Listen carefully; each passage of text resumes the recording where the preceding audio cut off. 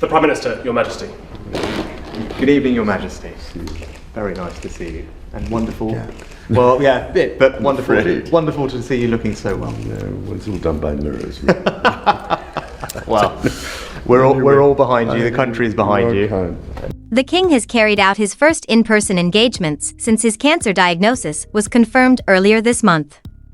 Charles returned to Buckingham Palace in London on Wednesday to hold an in-person Privy Council before his traditional audience with Prime Minister Rishi Sunak. For the past 2 weeks, the King and the Prime Minister have conducted their weekly meeting by telephone while Charles is residing at Sandringham in Norfolk.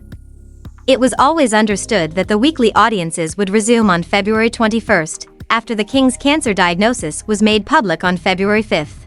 At Prime Minister's questions earlier this month, Mr. Sunak said, "I know the thoughts of the House and the country are with the King and his family. We wish His Majesty a speedy recovery and look forward to him resuming his public-facing duties in due course." After their meeting on Wednesday, Buckingham Palace released a rare video of their tête-à-tête. "Wonderful to see you looking so well," said Mr. Sunak. "It's all done by mirrors," the King replied, laughing. "We're all behind you," said the Prime Minister. "The country is behind you."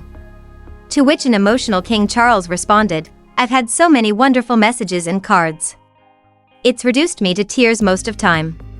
The monarch holds a private weekly audience with the Prime Minister to discuss government matters. Though the King is meant to remain politically neutral on all matters, he is able to advise and warn his ministers, including Mr. Sunak, when necessary.